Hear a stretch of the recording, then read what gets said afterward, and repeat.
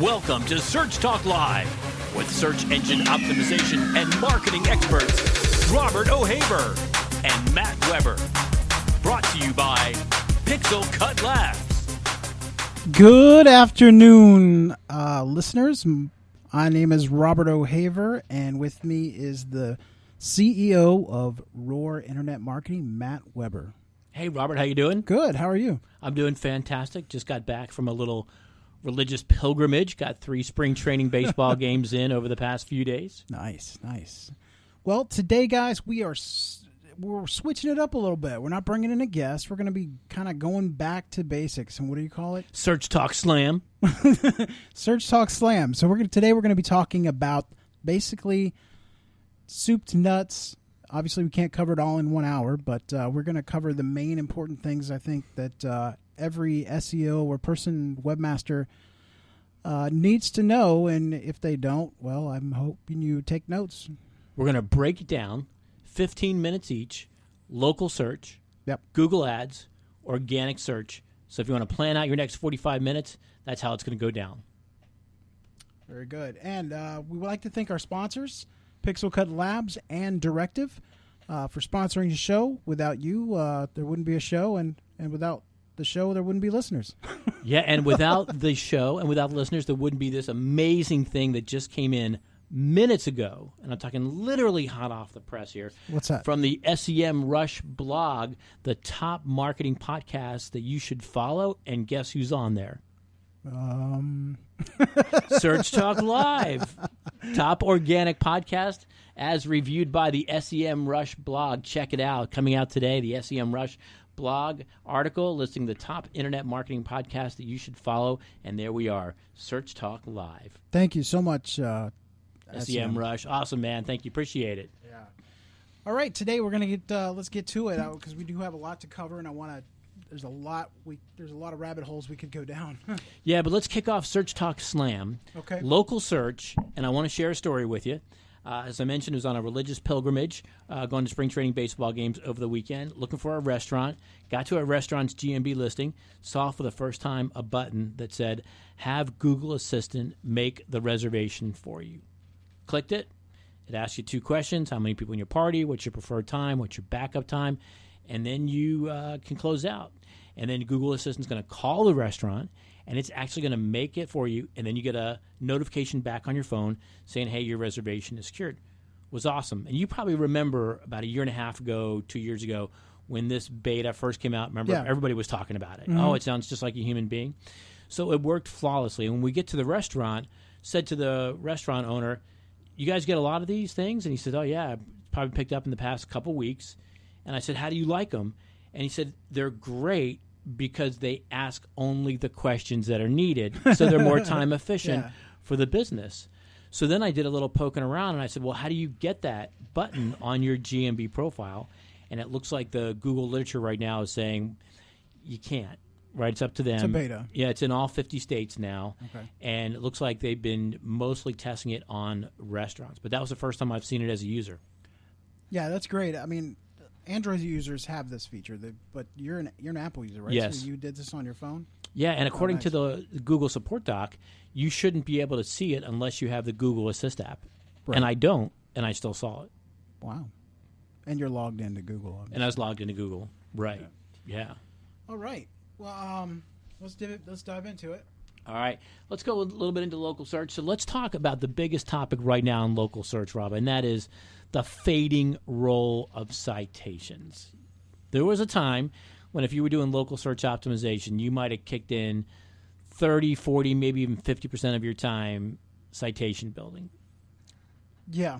I still think it's got its place in the instance where you're trying to build credibility for that business as a branding type of citation, but for an SEO, it's just not what it used to be. Yeah, I think where it's evolved is really quality over quantity.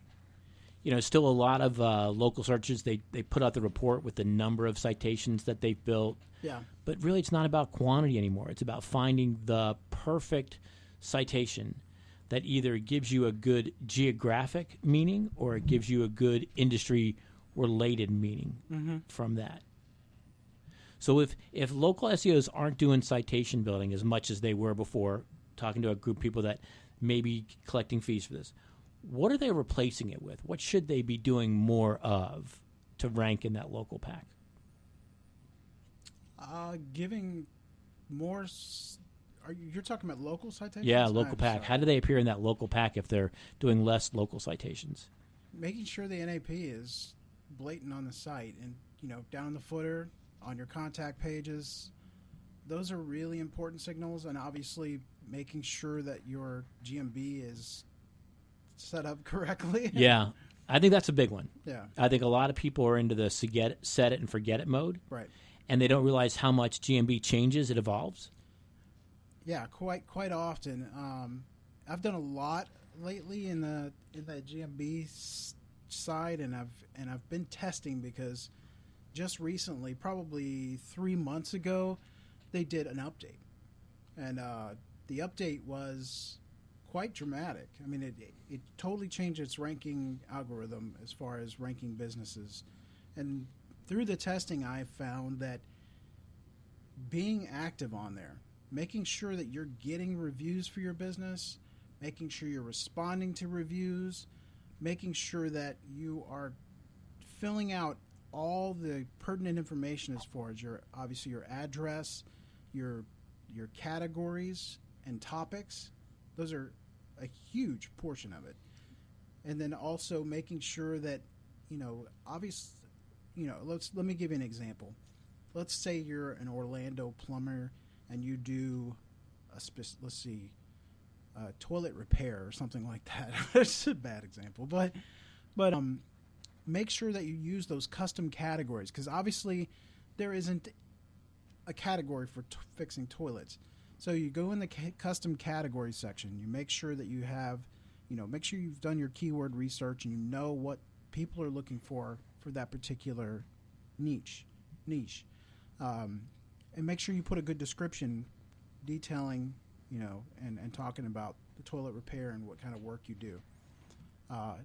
If you have multiple categories, make sure you fill it out completely. Yeah, agreed. You said something that I think a lot of people trip over, and that is the review portion of it. Because if you look at the literature, I think the Google support documentation is pretty clear. They actually do use the word review diversity. Yeah. And so the people who are doing any kind of review gating or only soliciting reviews from positive, satisfied customers, and they may sit back and say, well, look, I've got 50 5-star reviews. Why aren't I ranking higher? Review diversity is one of the signals. Sure. I mean, if you got 100 reviews and they're all 5-star, some don't seem right.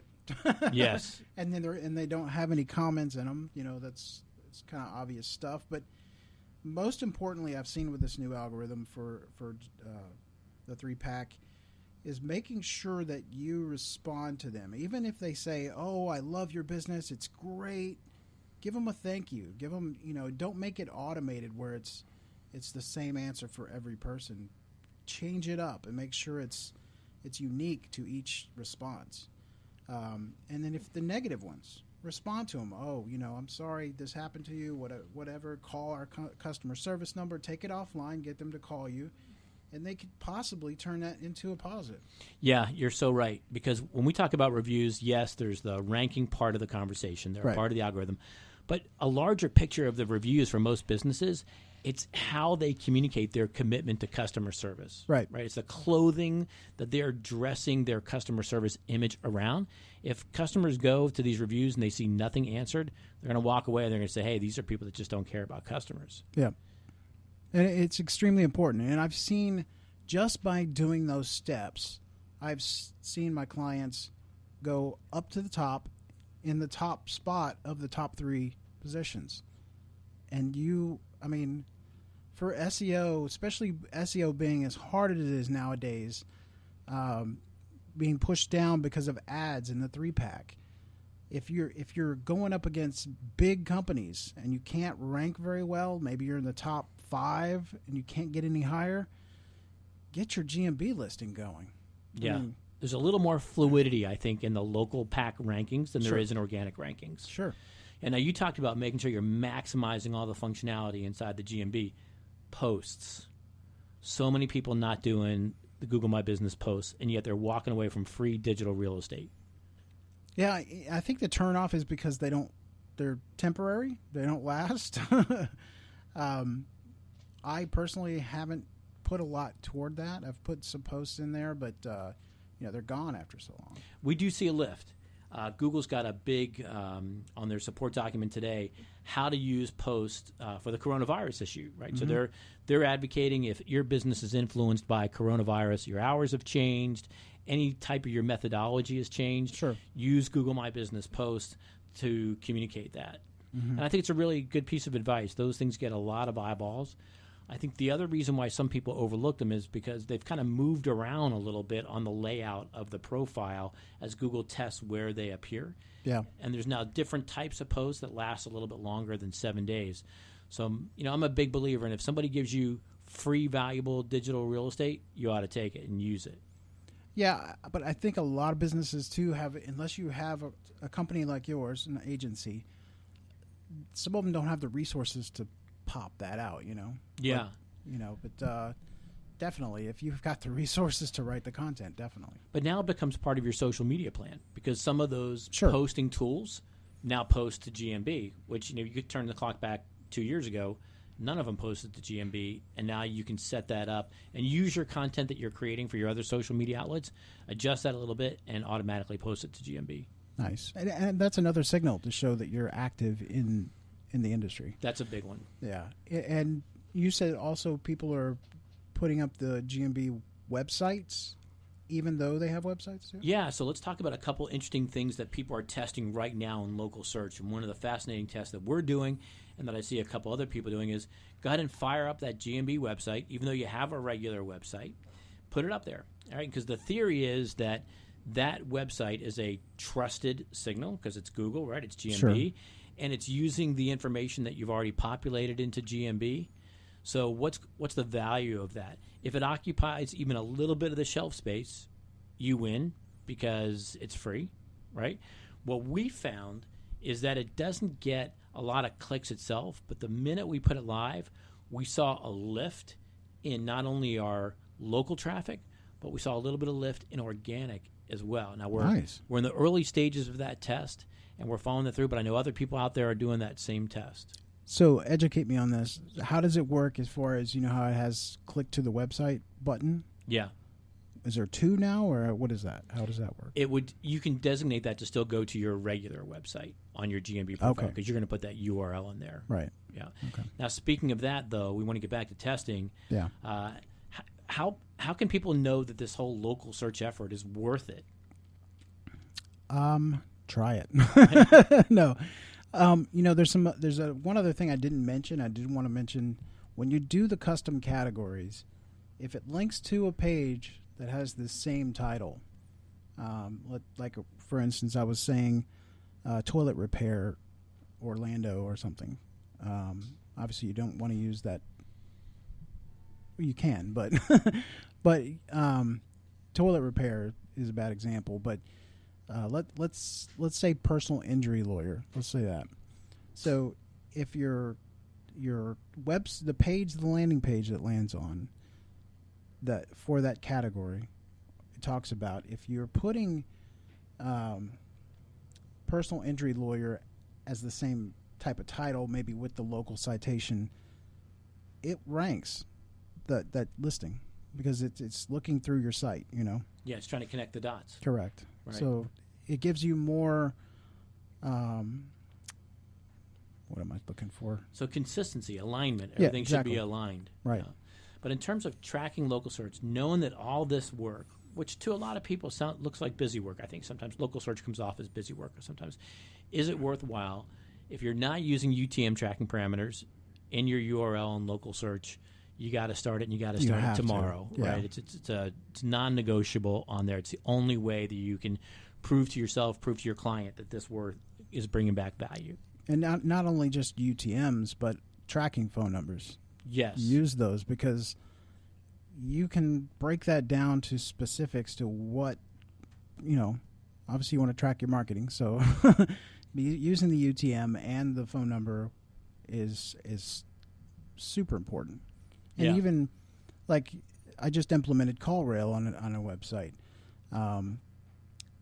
We're using the dynamic phone number, so even if they clicked on the website from GMB, that GMB phone number shows up on the website.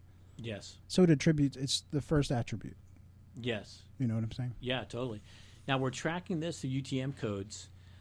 The next step for folks who are getting a little bit deeper into local search is to do some tests. And we talked about one, the GMB website. Another interesting test that folks are doing out there is instead of putting the home page in the URL of the profile, putting on a page where the physical address is present on the page in more than the footer. Oh, of course. Yeah. So take your conventional website, the address is in the footer, but maybe the contact page has the address as a text block, and putting that as the URL rather than the home page. Yep. So the bot connects the physical geographic signal on that page with the GMB listing. Correct. And if you have a list of your specific services on that page, helps big time. Right. So like if you have a list of 10 different categories on your GMB and it's on that contact page, it obviously it gives a good direction for the user, but it also tells GMB that, oh, okay, these are tied together. Yeah. Yeah, when the whole thing's aligned, it works really well. So Correct. if your categories chosen, your GMB are kind of aligned with maybe the top-level navigation text links on the site as service pages, and those service pages each have their own URLs that kind of match the words in that category description, that's great. And if those same things are on your contact page where the physical address is, that can be a benefit in certain circumstances. So testing different pages in that URL of your GMB profile. Don't just assume that the homepage is going to work best. Test out different pages on that. Yep. And if you're a small business and you don't have an SEO, I would recommend, and you don't have a GMB account, I would set one up. It is free traffic. It's a little work in the beginning, but once you've nailed it, wouldn't you say it's worth it? Oh, no question. I'd say in our agency, home services, medical, for those categories, local search is the most positive ROI of any channel that we do for them. Yeah, absolutely. And it's the one they would get rid of last. It's very cost effective too. Yeah, and we're doing a little bit better job, and we're trying to get better at this, is trying to track lead to sale conversion via channel. And the early data that we're getting, and it's certainly incomplete, and we got to get better at this, and we've got a great idea we're working on, is that the leads generated from local have a higher closing ratio, lead to sale, than leads generated from other channels. Yep. I think consumers just look at that local pack as something genuine, authentic. They know it's not an ad, and I think there's just that draws some kind of particular type of consumers in. It's good credibility. I mean, if you're doing everything we've mentioned, you're getting your reviews, you're responding to your reviews. Believe it or not, I mean, reviews are huge. I mean, if you're not, just like Matt said, if you're not responding to those things, regardless, good or bad, they look at that. When they see you're writing stuff, they're going to know that you care and you're about your customers or your clients. Yeah, and I think the hours signal is kind of the same one. So make sure your hours are in there. Any special type of hours can be input. I think a lot of people don't click to that next section of hours, custom hours, or I think it's called special hours. So right now you can put in all of your holiday hours for all of 2020. And you should put them in there right now. And I think that's a little bit of a signal. There was a time when Google was putting kind of a scarlet letter warning on GMBs where they didn't update the hours, and it would say not verified by business. Right. And that haven't been doing that as much lately, but I see them coming back and doing that because they really want local business owners to update the hours and show accurate hours. Right. So what's next? Well, on this, we've got one big thing to talk about next, and that is if we're not doing as much citations as I know here at Roar, we're spending more time trying to get bad guys out of the local pack. So the violators, because if you think about it, it's pretty valuable inventory, right? You got 3 shots to show up, and you got a bad guy taking 1, maybe sometimes 2 of those 3 legitimate openings that your client needs to get into. Yep. You got to work on getting some of those bad guys out. Yeah, honestly, what is your suggestion on that? Because I call it sniping. One of the first things I do with a client is I'll go through and see what their listings, what are coming up, look at their, competitive analysis, looking at their GMB first and foremost. And, there's so many times that people just keyword stuff the titles. They might have one review by, their brother or something like that. And getting rid of those are so important, and make sure you familiarize yourself with the Google guidelines. Because keyword stuffing the listing, the title in the GMB listing is supposed to be the business name. Yeah, and that's it. That's the number one violation. Yeah, absolutely.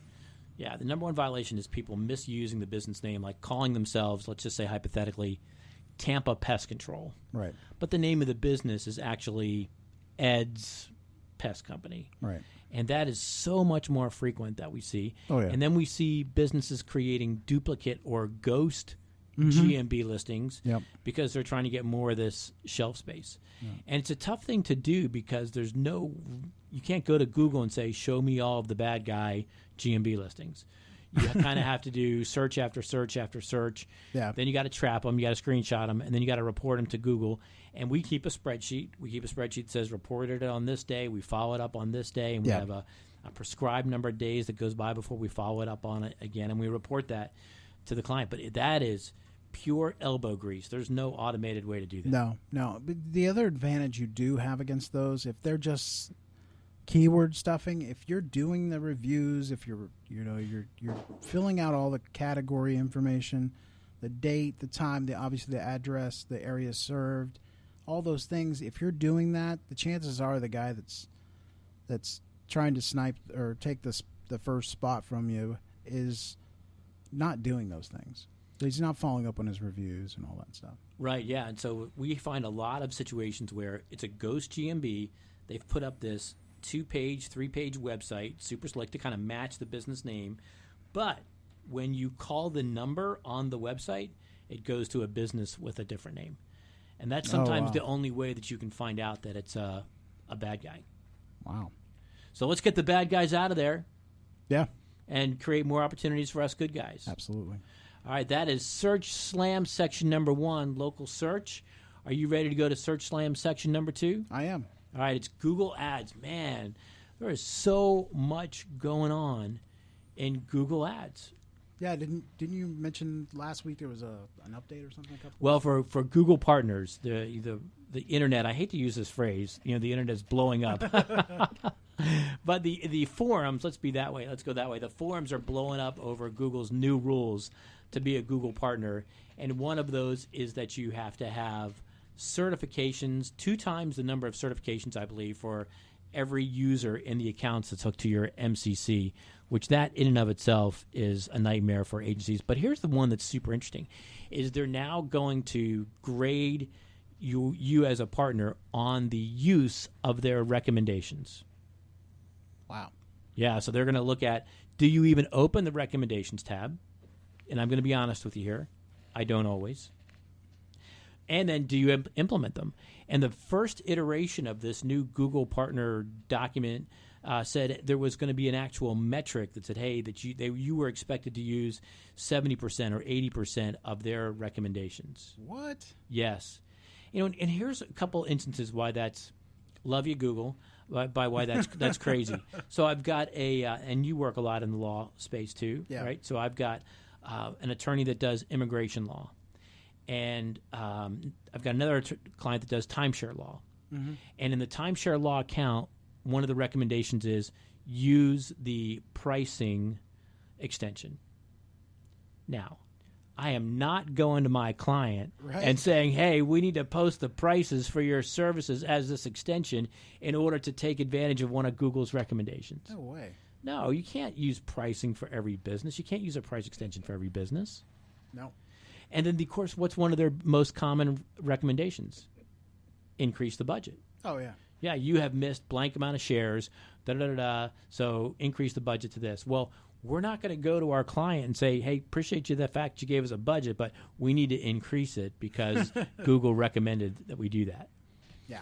But what we got to talk about with Google Ads in this Search Slam is the automation, the AI, Mm-hmm. because it's really hard now to run a Google Ads campaign manually because all the defaults now are set up to invoke some level of the algorithm in the AI. So what's your thought on it? Where do you land on? Obviously, Google knows more about how people search than anybody. So you have to give their data some level of presumption. Yeah, I mean, I'm old school when it comes to that. I'm manual. I want to do it manually. I mean, there automation in places like shutting down on budgets or pausing campaigns. I like that. I use that quite a bit. But I'm hands on. Yeah, but when you're doing an account now, you really have to pay attention because all the defaults are set up for that. And I'll give you an example of where I think they're making a mistake. Is the default is for enhanced CPC, which is using conversion data to drive where your ad is going to be displayed. I take over a lot of accounts, and the conversion data is not accurate. So before you activate any bid strategy or automated signal that's based on conversions, you need to be rock solid that whatever you're putting in as conversions are, one, accurate, and two, bringing value to your client. Because if not, when you click those buttons, you're telling the algorithm, go get me more of those. Mm-hmm. And if you're not absolutely certain they're bringing value, it's distorting the entire campaign. Yep. It's crazy. I mean, the suggestions, most of the time I ignore them, obviously because budgets, and what works because you've been testing it, and especially if you've been running a campaign for a long period of time, you've run all these tests, what works, Right. what don't. A good example is using, for one of my clients and lawyer clients, we used call extensions actually call-only ads, where they just click the ad and it calls the phone number. Those, for the longest time, they looked like they were going great. But as soon as I plugged in call tracking on it and was able to track that in, turns out a lot of the calls were 30 seconds long or 15 seconds long. And as soon as I switched it back to the website, conversions jumped up. What's your theory on why that is?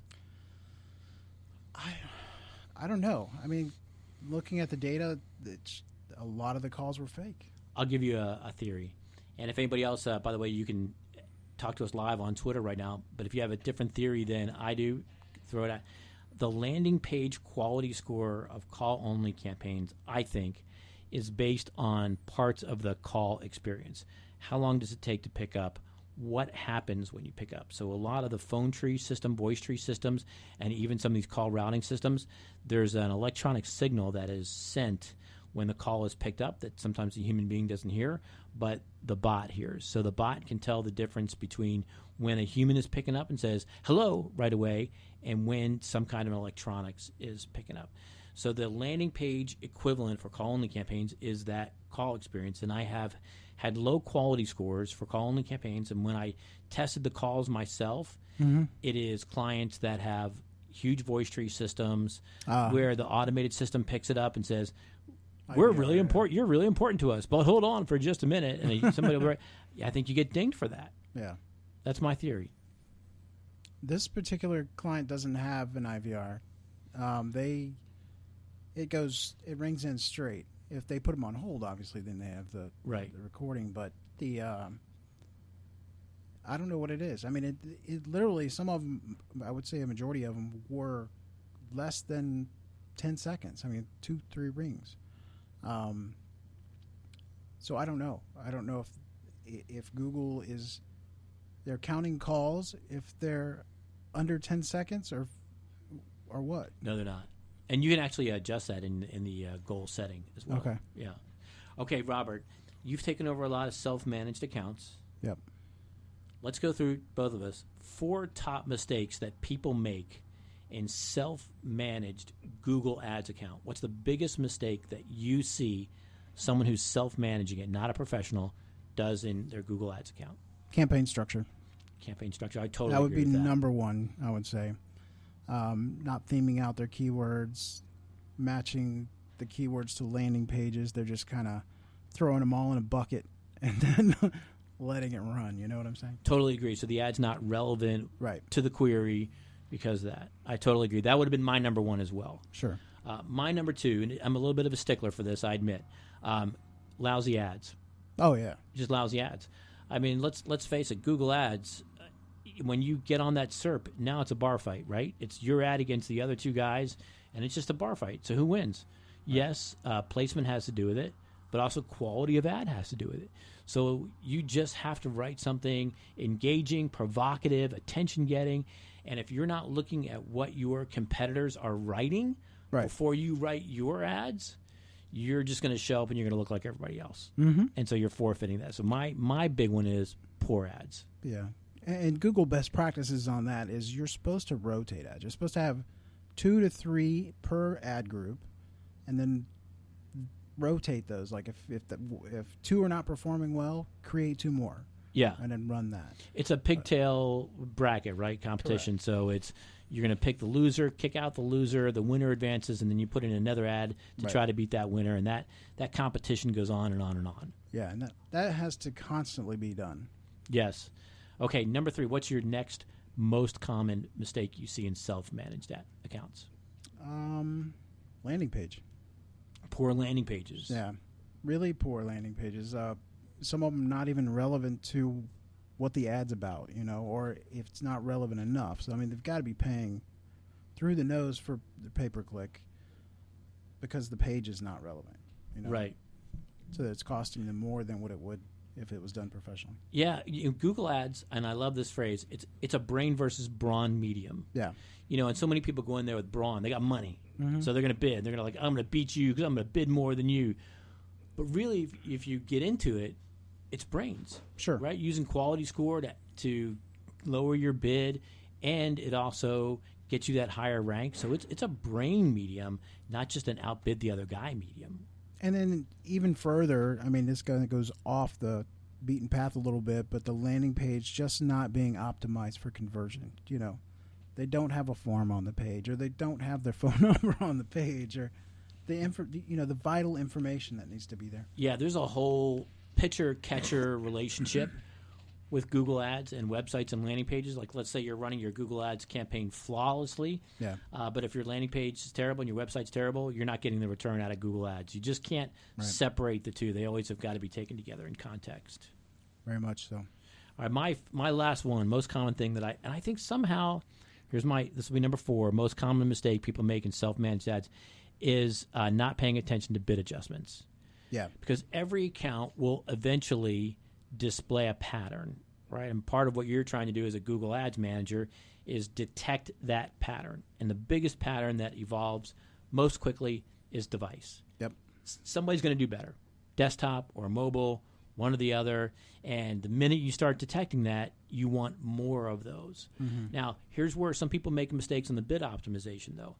They put in this big, crazy bid adjustment on mobile, like plus 50%, because they're thinking, hey, I'm seeing better responses from mobile.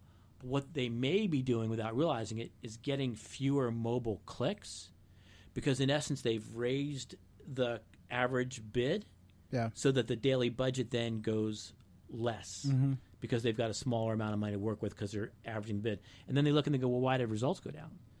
Because you've reduced the number of clicks that you want because you raised the price of the clicks. So you really have to be careful with those bid adjustments and know the effect. You've probably gotten it into account, and they've got a bid adjustment for device, and they've got a bid adjustment for location, and they've got a bid adjustment for demographic. By the time you layer all that math together, then their cost per click bid is so high, they don't have any money left. That's the other thing I meant to, I would say maybe it's a close second, for me anyway, is match type. Yeah. Usually I just throw a bunch of broad match keywords in with those keywords, and they just, they're coming up for everything. Like, let's say a window company. There's Windows 98, there's Windows. Right. They're not blocking any of that stuff. It's just spin, spin, spin, and hope that. Yeah, and right now, you really have to be on your toes. Yeah. Because they've changed how they're defining these match types. Mm-hmm. No longer can you go to bed with an exact match and think, 100% of my queries for this exact match are going to be what that keyword is. Yeah. The stuff they're letting through now on these phrase matches, exact matches, is unbelievable. I mean, almost phrase match and broad are just damn near close to the same thing. Exactly. It really is. It is. I'm not even sure why to use a broad match anymore with how liberal they're being with the definition of phrase match. Yeah. Yeah. All right, guys, we got to take a break. I hope you're getting some good information, and we'll be back right after the break. Learning a lot from Search Talk Live, but don't know what specific SEO actions you should be taking on your website? Or maybe you've tried to implement SEO on your website, but haven't gotten the results you were aiming for. We've all been there. That's why we here at Pixel Cut Labs created the Seo Project Planner. It's a one-time project where our SEO team runs a full site crawl, overlays data from leading SEO tools, and manually audits every page on your website. We'll use our findings to craft a strategic plan that covers everything from your link building strategy to page-level technical SEO and content recommendations. The Project Planner is perfect for businesses that are serious about SEO and want to hit a home run by leveraging our proven SEO strategy. To learn more and to see pricing for your project, visit pixelcutlabs.com/STL or text STL to 31996.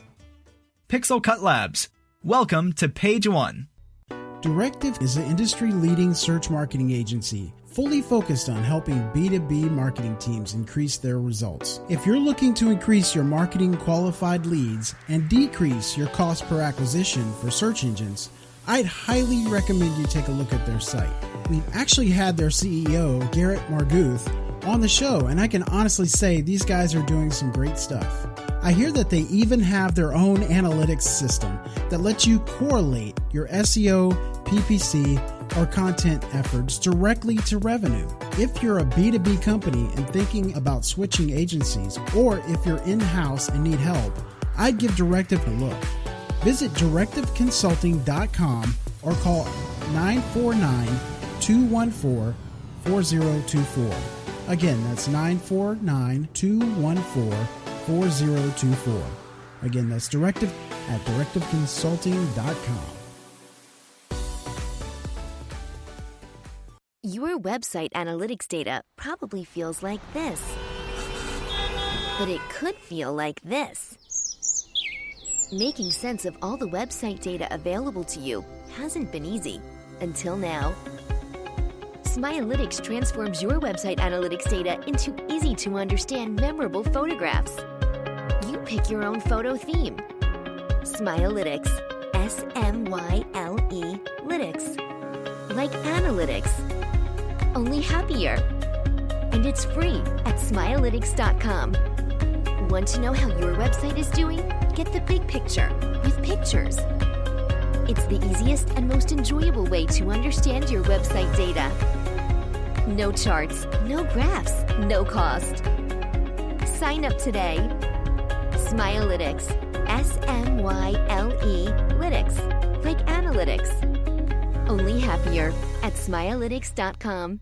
Get your questions in on Twitter. Type hashtag SearchTalkLive and your question. Now back to the show. Who influences you, Matt? Oh, that would take me a long time to answer. But we're doing Search Slam, and we're going around the world of search. We did local search, and we're in the midst of Google Ads. And so we were talking about Google Ads, and we just got done a good discussion on the 4 most common mistakes that we see in self-managed accounts. Now, we can't let the pros off the hook. So, Robert, what are the most common mistake you see in professionally managed Google Ads accounts? It kind of goes back to our last topic, a lot of automation. You know, I've worked for some big Fortune 500 companies, and I have seen where agencies will kind of set up the campaigns, automate everything, and just let them go, you know. So an over-reliance on the automation, take the check, grab the check. Yep. And because the client is not as educated on this stuff as someone like us, they don't question it, you know. Yeah, and probably the report's super slick too. Yeah. So you got an agency out there that's not really doing a lot of manual labor. They're trying to get a higher margin on the money that they're bringing in, so they minimize the amount of labor they put into it, generate a super slick report that's probably automated, and a lot of the work on the account is automated, and they're trying to just get a higher margin on what they're bringing in. Yeah, and I've seen, because I was going through accounts, just kind of managing the other agencies, things I saw that were on the report were filtered out that they didn't want the client to see. Like coming up for the wrong keywords and that type of stuff. Right. They would filter it out and then give it to the client. Oh, okay. So very rosy picture. Yeah.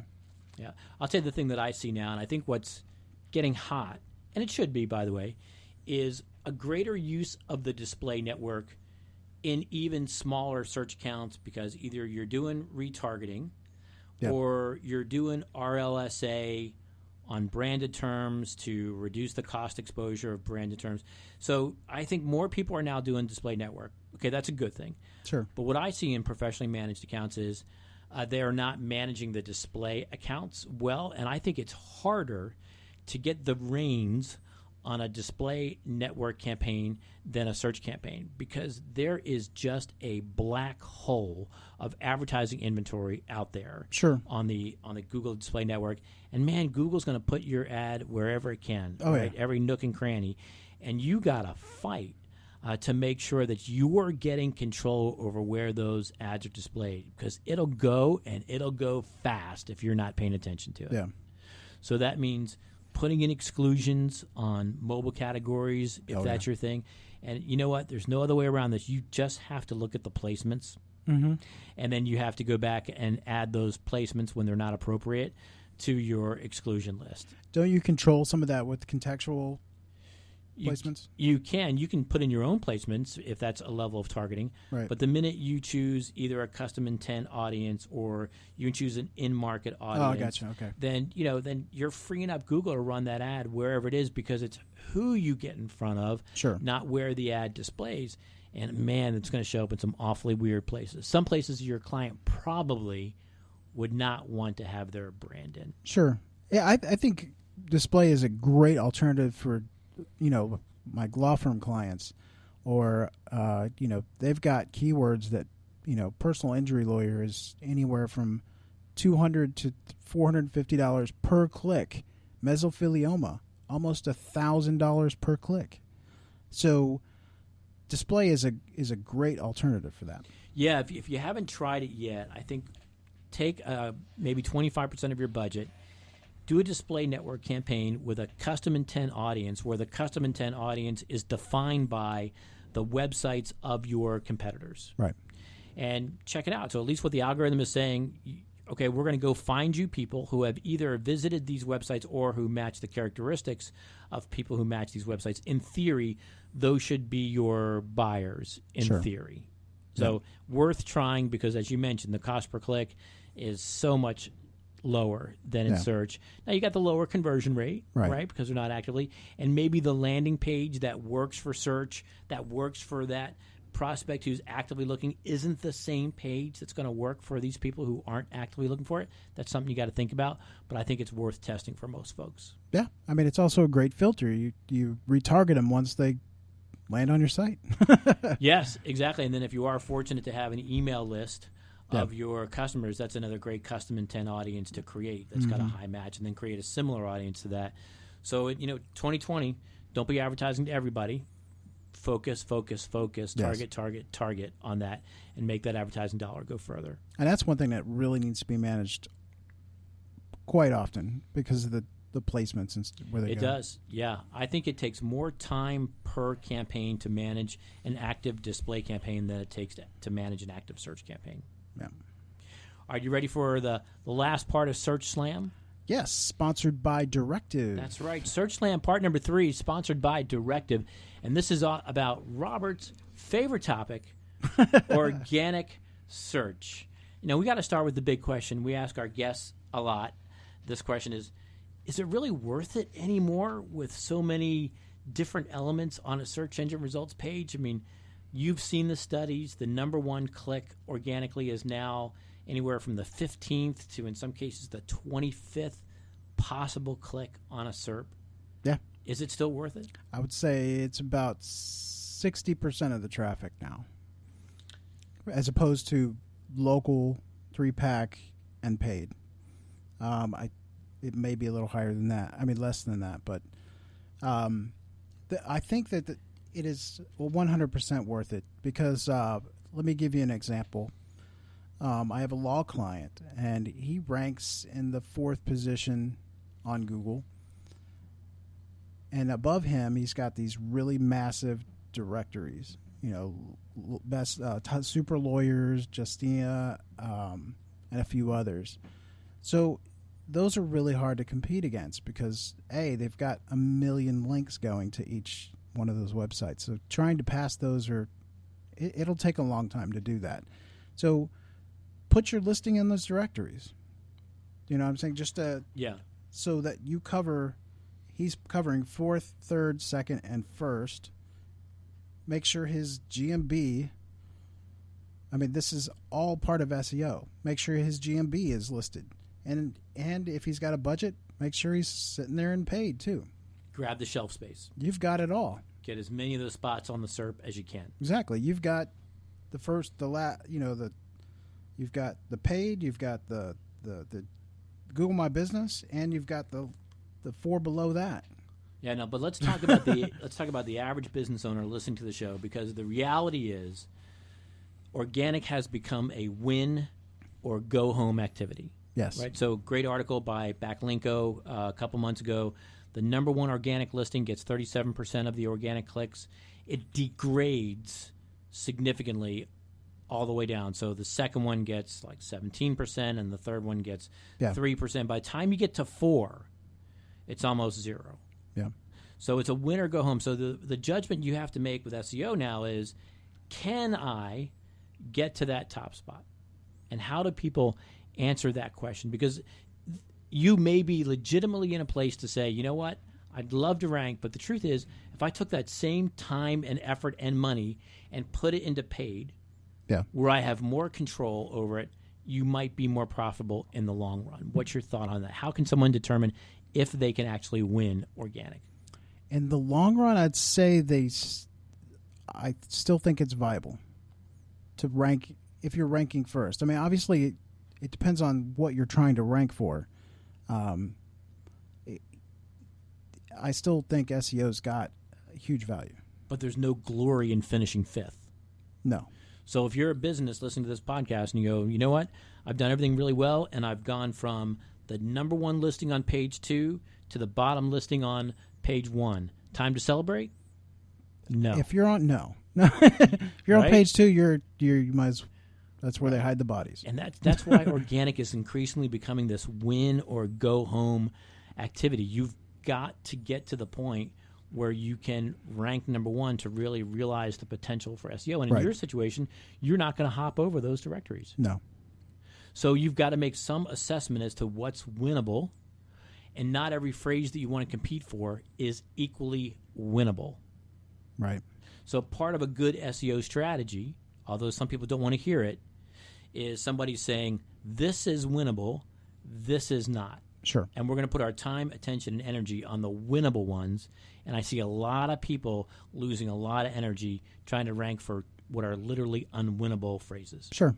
Yep.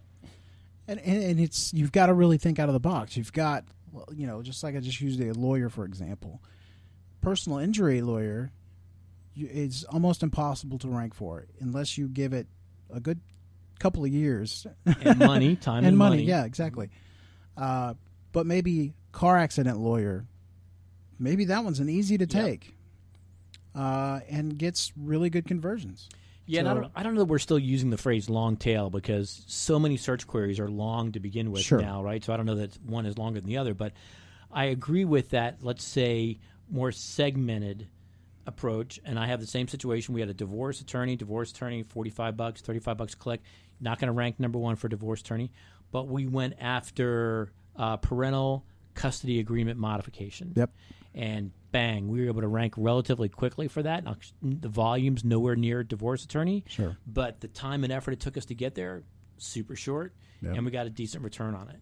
So I'm a big believer, like you are, if you don't know the target, the weapon really doesn't matter, right? So you gotta figure out what's the plan. right? What queries are people using, and who am I going to compete against in those queries? So that's going to create a winnable opportunity, because if not, you'll just lose a lot of time and money. Another thing I've found too is, say you're trying to go for personal injury lawyer, but using blog posts and stuff like that kind of talk about questions that people ask.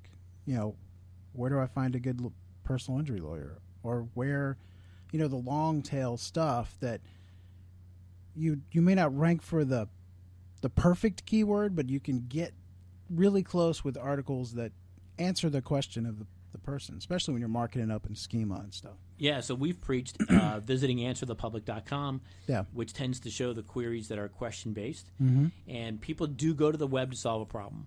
Yep. And those are the people that you really want, right? I mean, because you've got the people who will search divorce attorney, not 100% sure they're ready to make a purchase. But people who are researching a specific pain point about the process are maybe more likely to engage with an attorney at that point. So look at those longer tail questions and create content that helps people answer those problems. And you'll hear Google say that they're very rarely are they this concise, but helpful, meaningful content ranks. Sure. And one thing I've found when it comes to that, especially with Schema markup, is instead of creating a huge FAQ page with 15, 20 questions on it, putting one or two questions on a page and then marking that question Q&A up in Schema. Now the way Google shows it is they'll show your regular snippet of the page and then put the two questions with a drop box. You know what I'm saying? With a arrow, and you drop down and get that answer. Right, but the big algorithm update a couple weeks ago is that if you are part of that knowledge panel, you're not going to get an organic listing anymore. Right. Yeah, so that's kind of the downer for SEOs. That was a tough one because I'm not sure that the people who are clicking on the knowledge panels recognize the brand that's giving them the answer as well as if they clicked on an organic listing. Now, you used a word that we talk a lot about during the show, and I know it confuses a lot of people, schema. Yes. What is it? Let the people know, what is it? It's a programming language that it was partly created by Google. It is a way to structure data so that Google understands it, and most search engines use it nowadays. So they know where you're located, what your real offering is. And I know you got content on the page, but it's indexed in a different way so that it's very structured and gives you it tells you the relationships between a business and the business's offering and where they're offering it at. Yeah, it's kind of a classification system, right? Yeah. So you and I look at 5 numbers in a zip code, and our brain says zip code instantly. A bot comes across those 5 numbers, and it says, hey, those are 5 alphanumeric characters.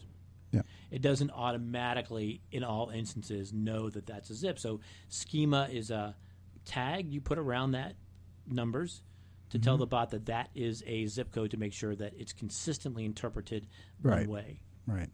So how can people get into schema? A lot of people use plugins. I don't personally use plugins. I either hand code it or I use a company where Martha Ben Burkle was on here, Schema app. It makes it really easy. They have an interface that you build the schema without having to know how to code. Just basically fill in the blanks but it gives you everything that there is to use in Schema. So you can mark up videos, you can mark up podcasts, Q&A, so your questions and answers show up. Now, when I was talking about earlier, what I was talking about earlier was not the rich answers box. I was talking about down in the SERPs, down in the the search results page. You can put that Q&A right below that snippet. Yeah. Yeah. Now, the highest level of schema is called business level schema. Yeah. And that is the business name, the physical address, IP, the city, the state, the category. Some of the deeper levels that you can get into of Schema go all the way down to if you've got a recipe, you can classify ingredients, reviews. You can mark and those, reviews, depending on your business. Yeah, there is an entire library of Schema that you ought to look at and see if it's relevant to your business. Even parts numbers, for example, for some businesses. But the more you can classify the content on your website to ensure that it's accurately interpreted over and over again, helps you rank. Sure. I mean, you can obviously mark up images. You can mark up videos are a big thing because obviously Google cannot index a video. It can index the citation around it, the title of the video, that type of thing. But you can actually give title, description of what's in the video. You can add all of that as a markup, and it actually will rank your videos. Yeah. Now, you can do all this great stuff to rank, but if you rank and you don't get the click, the business didn't win. Correct. So you got a whole nother battle as part of organic SEO is about getting the click. And some of the interesting things that people are experimenting with are the length of titles that display on the SERP. What's your current practice as far as length of titles? I keep them under 170 for titles. Or I'm sorry. No, that's description. Sorry. Yeah. I was going to say. I keep it around 70. So, and I've never had a problem. The key though is, and I see this as a big mistake, is people try to keyword stuff and make their titles super long, or they'll put, if it's a bakery, donuts, cakes, that's yeah, right. Donuts, pipe, cakes, right. pipe, symbol. Yeah. It needs to be really descriptive, and it goes back to you and AdWords. When you're writing ads for ads, for businesses, you want to write it so that people click on it. Yes. There's a lot of people really put too much time and effort into it. As long as it's got relevant to what you're selling or whatever you're offering, and it's catchy. That's the important thing. Yeah, so you can kind of see a division in SEOs when you look at titles. I mean, there are SEOs who are really good at writing titles from a ranking standpoint. They've got the correct keywords in there, but it's not an engaging and enticing title, and it's not going to help entice the click. And you kind of see the same thing with descriptions. Yeah. Some descriptions are written to rank, and some descriptions are written to get a click, and the best of both worlds is where you get the win. Yeah, and the best thing is to go back to understand what Google is looking at as far as ranking, what websites are ranking. What do those titles and descriptions say? Are they good or are they terrible? But it gives you an idea of where to start, and then use your creativity to write it in a, just like you would an ad. Make it where people are interested and want to click on it. And that's one of the easier things to start doing in testing, because let's say you've got a limited amount of time and a limited amount of budget, and someone no doubt will say, hey, you should start a backlink generation program. Well, backlink generation programs are time expensive, they're unpredictable, but I can run a test on a title tag, in 15 or 20 minutes and see if it has any effect on not only the ranking but the click-through rate. Yeah. And it might increased click-through rate may be more profitable than jumping up a spot in organic rankings. Yeah. And you can do that. I mean, not only do you look at the organic rankings and what they've written, but look at the ads that come up with it. Right.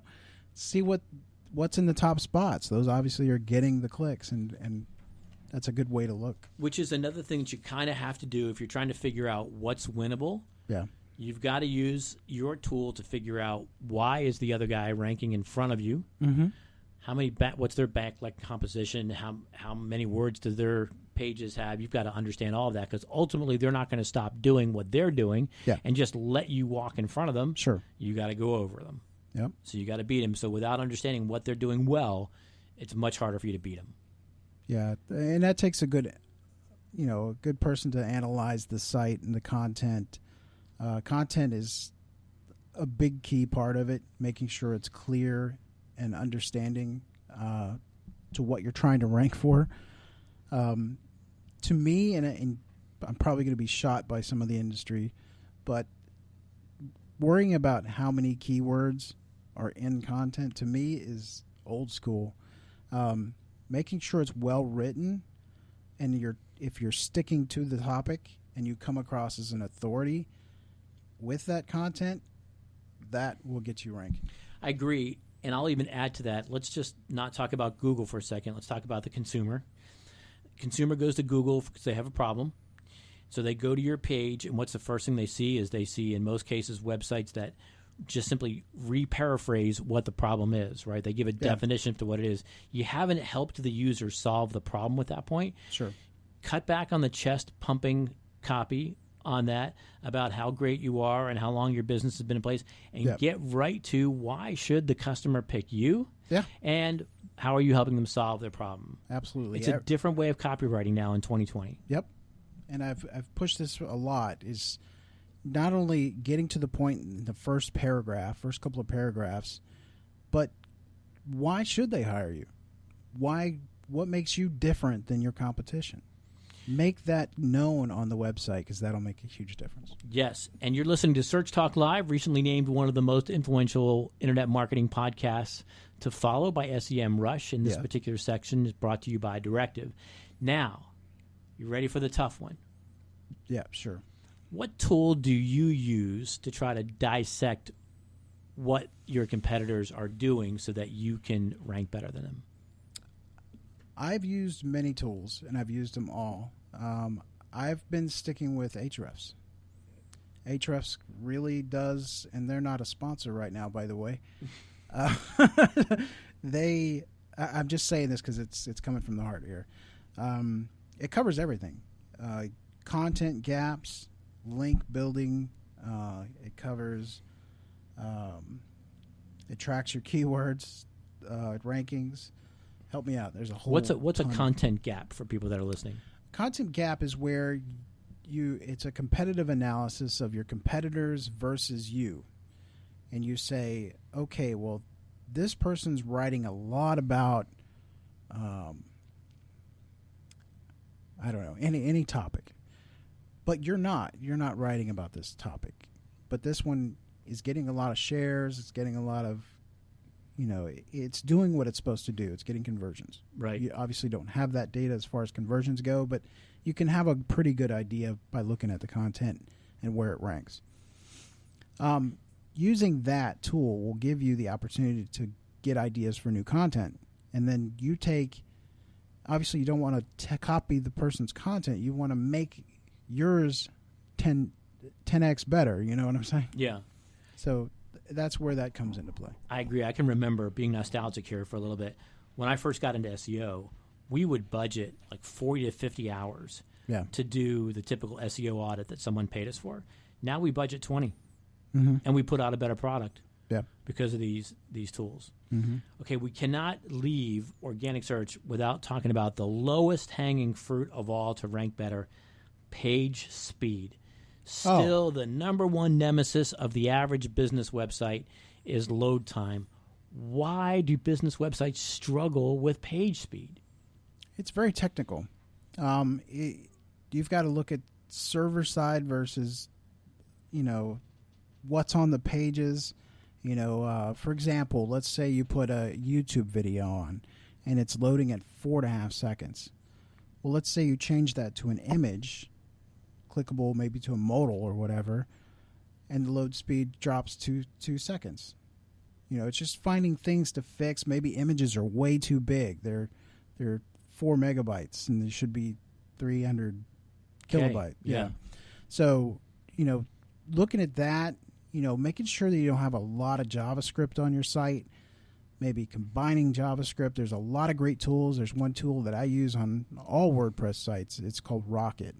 And they're not a sponsor either, but boy, they should be. Yeah, Rocket's really great. It helps you with just about everything. It's a Swiss Army knife. Well, I think a lot of people who have WordPress sites don't realize how bloated the average WordPress theme is. Oh yeah, because think of what a theme's job is in life. A theme's job is to be prepared for anything that you're going to attach to it.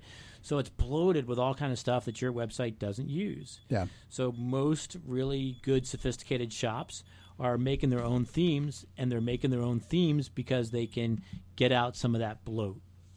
Yeah. Now, images, and we've got to wrap it up pretty quickly here, but images, let's give some guidelines for folks. Google says the entire page itself shouldn't be more than 1 megabyte, 2 at the worst. So that means your images need to be 300, 400K.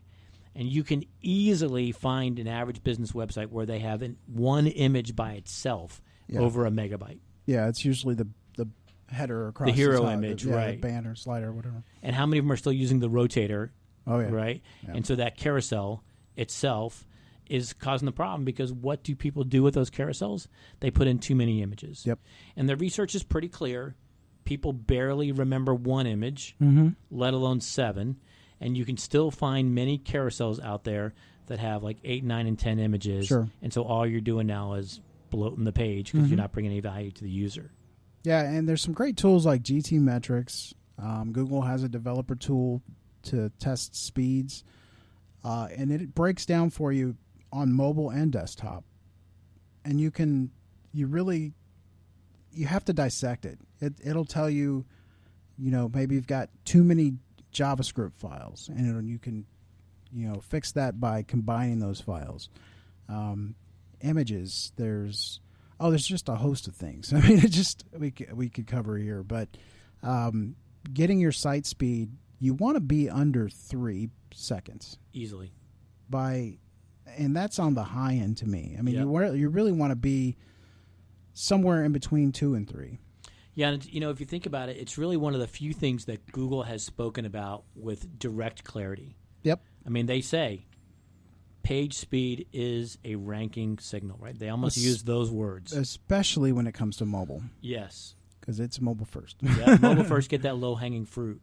And it can, just by moving your site speed down by 1 second, and I've seen this time and time again, where your ranking jumps 3, 4, 5 positions just by increasing the speed of your sites. I mean, that's how important it is. It is, and I'm sharing your experience too. I think it's low-hanging fruit. A lot of folks haven't done it, so if you're looking for a quick competitive edge, that's probably the easiest, shortest route to ranking better is increasing your page speed. And if you can't speed up the site because maybe it's old, redesign it. Get a new site. Yep, themes have changed a lot, particularly for WordPress folks. Yeah.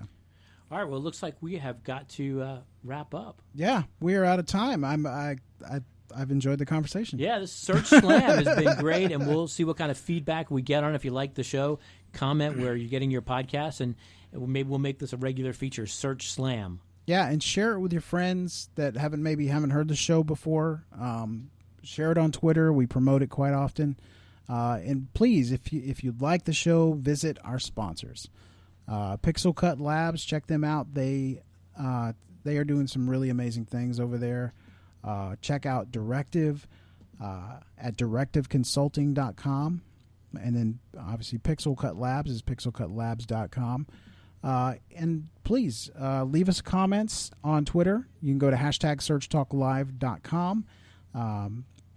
Matt, you got and a something? super big shout out to the folks at SEM Rush for naming us one of the most influential online internet marketing podcasts. We'll be sharing that article with you on Twitter. Thanks, guys, for listening. We'll see you in a couple of weeks. Thanks, everybody. Bye.